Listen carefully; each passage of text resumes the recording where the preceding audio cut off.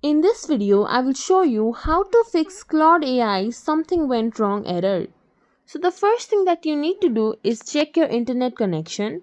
Make sure you're connected to a stable Wi-Fi, or you could simply try switching between mobile data and Wi-Fi. Next thing that you need to do is go to Play Store. In the search bar, search for Claude. Here you can check if there is any update available. If there is, then click on update. Once it is done updating, click on open.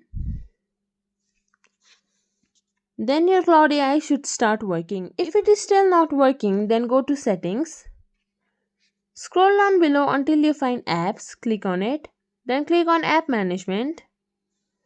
Scroll down below until you find Claude. Click on it, or you can simply search for it. Here click on force stop, confirm it. Then click on storage uses. Here you can see clear cache written in bright red. Simply click on clear cache. Then go back. Then you can also try clicking on data uses. Here make sure the disable mobile data and disable Wi-Fi toggles are turned off. After that, you can simply try relaunching Claude AI and it should start working. If you think this video was helpful, please like, share, subscribe to our channel and leave us a comment down below. Thank you for watching.